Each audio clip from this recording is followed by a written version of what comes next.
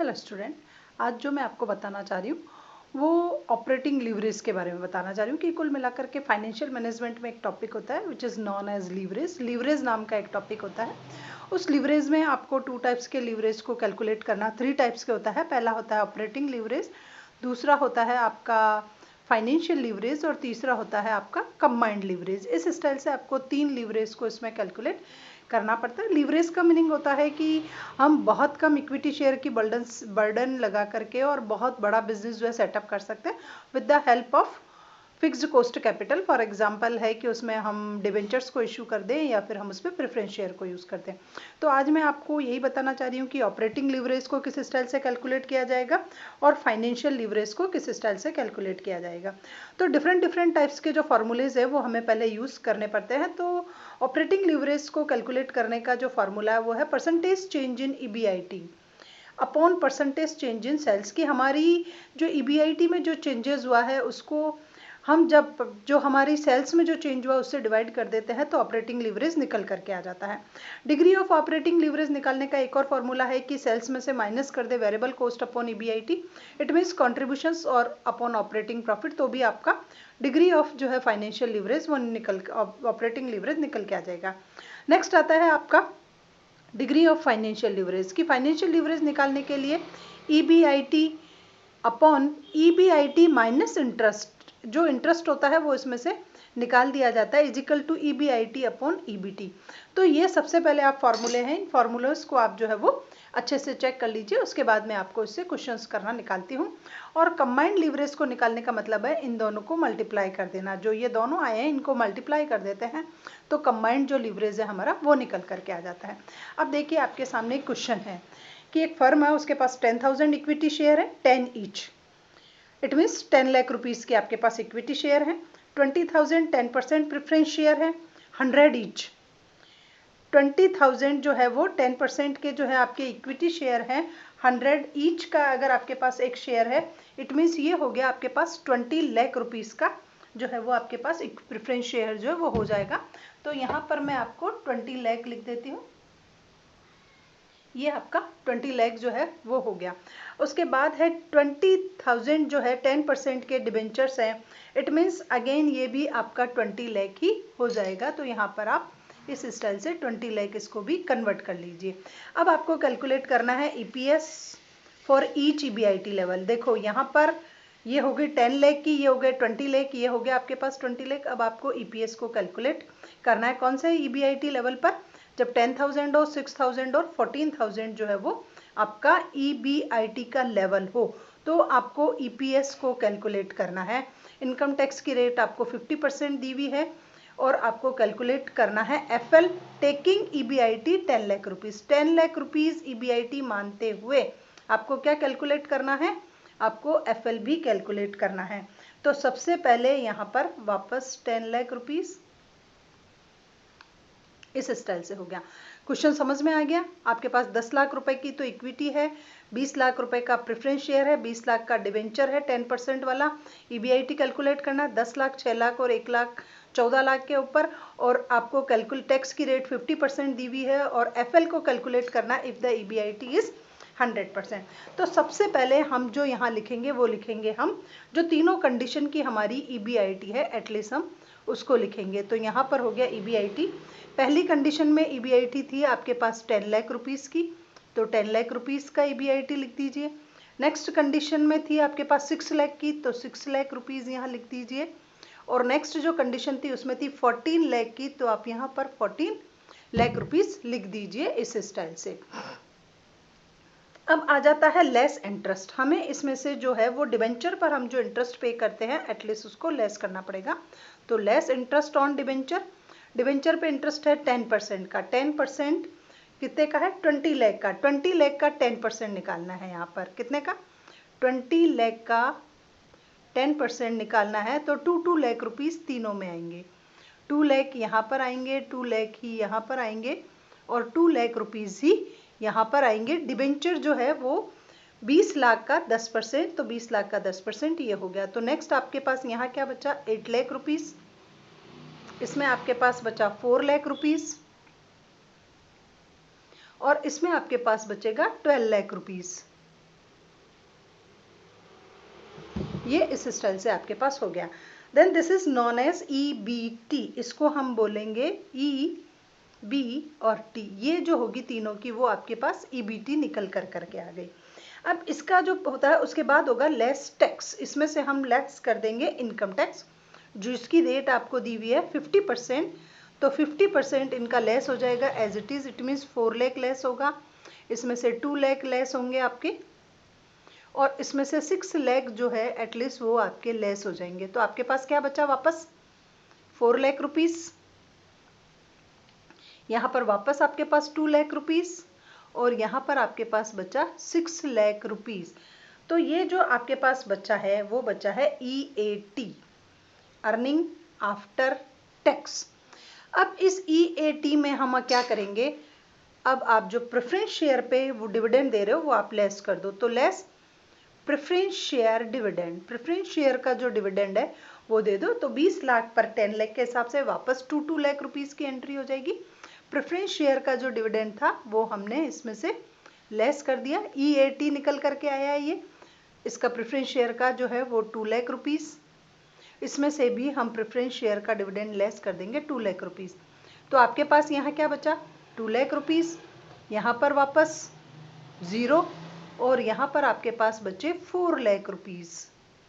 ये आपके पास बचे किसको निकालने के बाद, जब आपने इसमें से डिविडेंड को लेस कर दिया। अब ये कह रहा है कि अर्निंग ये बची है आपके पास इक्विटी शेयर के लिए, earning available for equity share, इसको इस नाम से जानते हैं। तो इसका फॉर्मूला क्या हुआ, EBIT, उसमें से लेस करना है, डिविडेंड पे जो इंटरेस्ट पे किया है वो जो निकल करके आएगा वो EBT आएगा, उसके बाद लेस करना है इनकम टैक्स, जो 50% दिया हुआ है क्वेश्चन में उसको लेस करेंगे तो EAT निकल करके आएगा, उसके बाद लेस कर देते हैं प्रेफरेंस शेयर पर डिविडेंड, तो वो निकल के आता है EAS, अर्निंग अवेलेबल फॉर, ये अर्निंग अवेलेबल है आपको। अब इसको हम डिवाइडेड कर देंगे किससे, नंबर ऑफ शेयर से।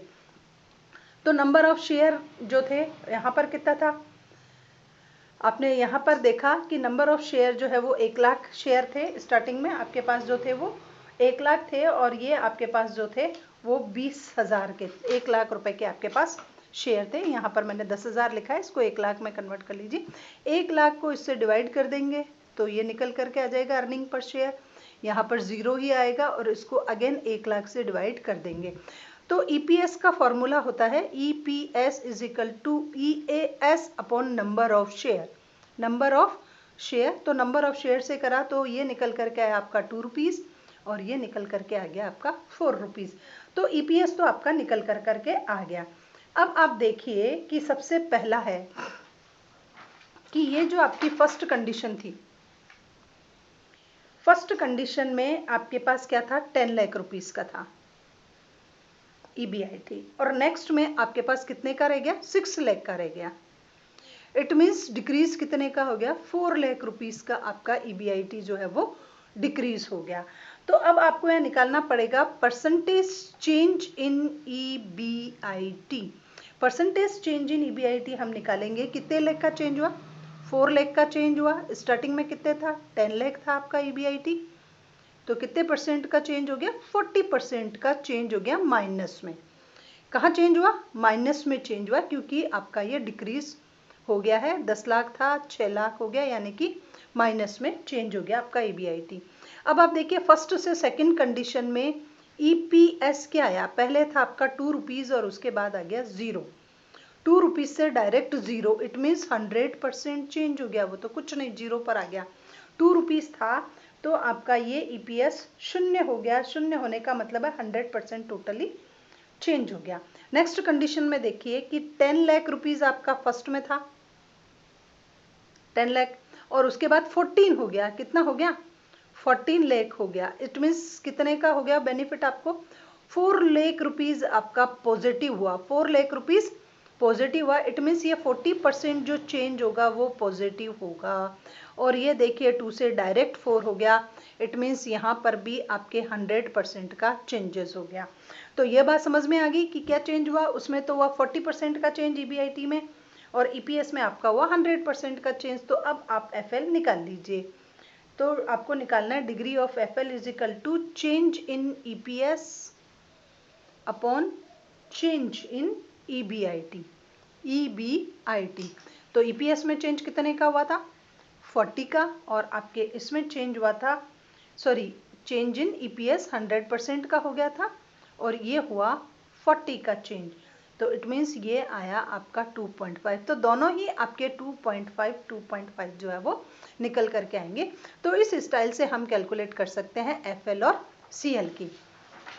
नेक्स्ट एक और क्वेश्चन है मेरे पास कि कृष्णा लिमिटेड है और वो ये एक्सेप्ट कर रही है अर्निंग बिफोर ये कि उसकी जो अर्निंग है ईबीआईटी इट इज़ 50,000 रुपीज़ की, उसकी जो है वो जो है अर्निंग जो है वो ईबीआईटी जो है वो 50,000 होगी। Company has 5% debentures 2 lakh rupees के, कंपनी के पास जो है वो 5% वाले 2 लाख रुपीज़ के जो है वो डिबेंचर्स हैं, और 10% जो है वो प्रेफरेंस शेयर है, उनकी अमाउंट है 1 लाख रुपीज़।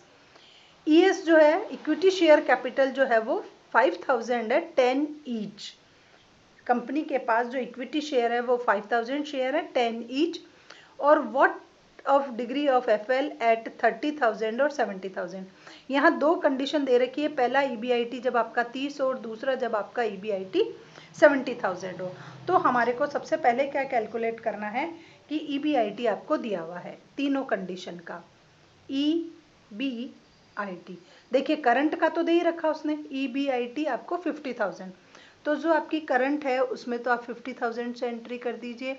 फर्स्ट कंडीशन वो आपको कह रहा है कि इट में बी पॉसिबल कि ये क्या हो आपका 30,000 हो, और सेकंड में वो कह रहा है कि इट में बी पॉसिबल कि इट इज 70,000। यहाँ आपको दो कंडीशन दे रही है जिस पे आपको एफएल को कैलकुलेट करना है। तो ईबीआईटी निकल करके आ गया आपका यहाँ पर इस स्टाइल से इतना। अब इसमें से हमें लेस करना है इंटरेस्ट ऑन डिवेंचर। इंटरेस्ट कितना है 5% का है, और कितने हैं 2 लाख रुपीज़, तो 2 लाख रुपीज़ का आपको 5% निकालना पड़ेगा। 2 लाख का आपको 5% जो है वो निकालना पड़ेगा। इट मीन्स ये आ गया आपका 10,000। 10,000 जो है वो आपका डिवेंचर पर इंटरेस्ट हो जाता है हर केस में। ये आ गया, ईबीआईटी दिया हुआ है, पहले करंट का दिया हुआ है क्वेश्चन में, और दो कंडीशन आपको दी हुई है इसलिए मैंने ईबीआईटी लिख दिया। एग्जिस्टिंग्स का ये था फर्स्ट कंडीशन और सेकंड कंडीशन। लेस कर दिया interest on debenture. Interest on debenture आपके दिए हुए थे 2 लाख 5% पे थे, तो ये हो गया। तो आपके पास क्या बचा 40,000, यहाँ पर बचा 20,000, और यहाँ पर बचा हमारे पास 60,000। इस स्टाइल से हमारे पास ये जो है वो बचेगा ईबीटी, तो हमें यहाँ पर लिखना है ईबीटी। ये हो गया आपका अलग अलग। अब इसमें से लेस निकालना है आपको टैक्स की रेट आपको यहाँ पर दी हुई है। इनकम टैक्स जो है वो यहाँ पर 50% का है, टैक्स जो है वो 50% की रेट आपको दी हुई है। ये क्वेश्चन में टैक्स इज 50%। टैक्स कितने का था 50% का टैक्स दिया हुआ है, तो इसमें से टैक्स आप लेस कर दीजिए 50%। 50% मीन्स ये 20,000 हो गया आपका, और ये 10,000 हो गया, और ये आपका 30,000 हो गया। 50% एज इट इज जो है वो उसका 50 हो जाएगा। आपके पास क्या बचा 20,000 बचा, यहाँ पर आपके पास 10,000 बचा, और हेयर ओनली 30,000 रुपीज़ आपके पास बचा। तो ये कहलाएगा आपका EAT, अर्निंग आफ्टर टैक्स। इसमें से हमें लेस करना है प्रेफरेंस शेयर का डिविडेंड। प्रेफरेंस शेयर पर डिविडेंड की जो रेट थी वो थी 10% की। 10% का निकालना है आपको 1 लाख पर। 1 लाख का 10% हो गया 10,000। 10,000 इसके, 10,000 उसके, और 10,000 इसमें लेस करना है। क्या बचा आपके पास, यहाँ पर बचा ओनली 10,000, 0 एंड 20,000। ये आपके पास जो बचेगा वो बचेगा earning available for equity share holder. Earning available for equity share holders, ये हो गया आपके पास इतना। अब इसमें से हम क्या करेंगे, ईपीएस को कैलकुलेट करना है आपको। तो ईपीएस इज इक्वल टू जो आपकी अर्निंग है उसको नंबर ऑफ शेयर से डिवाइड कर दो। तो नंबर ऑफ शेयर यहाँ 5,000, और यहाँ भी आपके वही 5,000 थे नंबर ऑफ शेयर, तो किया तो ये आया 2 रुपीज़, और ये आया आपके 4 रुपीज़। ये क्लियर हो गया आपके कि ये 2 रुपीज़ आया और ये 4 रुपीज़ आया। अब आपको इस पर कैलकुलेट करना है कि आपका ईपीएस हो गया, ये सब हो गया 40। अब यहाँ पर वापस वही बात है कि आप देख लो percentage change in EBIT, EBIT में कितना चेंज हुआ, परसेंटेज चेंज इन ईबीआईटी, जहां पर 50 था और 50 से कितना हो गया 20 हो गया, 50 से पहले 50 था, उसके बाद हो गया 30। इट मीन्स कितना चेंजेस हुआ, 20,000 का चेंजेस हुआ। कितने का हुआ, 20,000 का चेंजेस हुआ। किस पर, 50,000 पर। निकाल लीजिए कितना चेंज है, 1 2 3 2 1 2 1 2 40%। कितना चेंज हुआ ईबीआईटी में, 40% चेंज हुआ। और यहाँ ईपीएस में चेंज हो गया 100% का। ईपीएस में कितने का चेंज हो गया, 2 से वापस आप 0 पर आ गए, इट मीन्स 100% चेंज हो गया ईपीएस में। तो वापस वही percentage change in EPS, percentage change in EPS upon percentage change in EBIT, EBIT. तो ईपीएस में चेंज हुआ 100%, माइनस में गए, यहाँ वापस वही 40 निकल करके आएगा 2.5। अब सेम ऐसा इसी में होगा कि कितना था, 50 से 70 पर पहुंच गया, इट मीन्स 20% वापस पॉजिटिव, 20,000 का पॉजिटिव चेंज आया। 50 थे और 70 पर आ गए, तो वापस वही 70 में से 70,000 में से आपको माइनस करने 50,000, इट मीन्स कितने का चेंजेस हुआ, 20,000 का चेंज हो गया। 20,000 का चेंज किस पर होता है, वही 50,000 पे हो रहा है, इट मीन्स अगेन वही 40% आपका निकल करके आएगा कि 40% पॉजिटिव चेंज हुआ है। और यहाँ पर क्या हुआ, 2 से 4 पर पहुंच गया, 2 रुपीज़ था जो 4 हो गया, इट मीन्स जस्ट 100% चेंज हो गया, वापस वही 100 से होगा। तो इसका भी आपका जो है डिग्री ऑफ जो फाइनेंशियल लीवरेज है वो निकल करके आएगा 2.5। तो डिग्री ऑफ फाइनेंशियल जो है लीवरेज उसको निकालने का फॉर्मूला क्या था, degree of financial lever is equal to percentage change in EBIT, percentage change in EPS, percentage change in EPS upon percentage change in EBIT. हमारे ईपीएस में जो चेंज होता है उसको हम ईबीआईटी से डिवाइड कर देते हैं और इस स्टाइल से जो है हम वो एक फाइनेंशियल लीवरेज जो है एटलीस्ट उसको हम कैलकुलेट कर सकते हैं।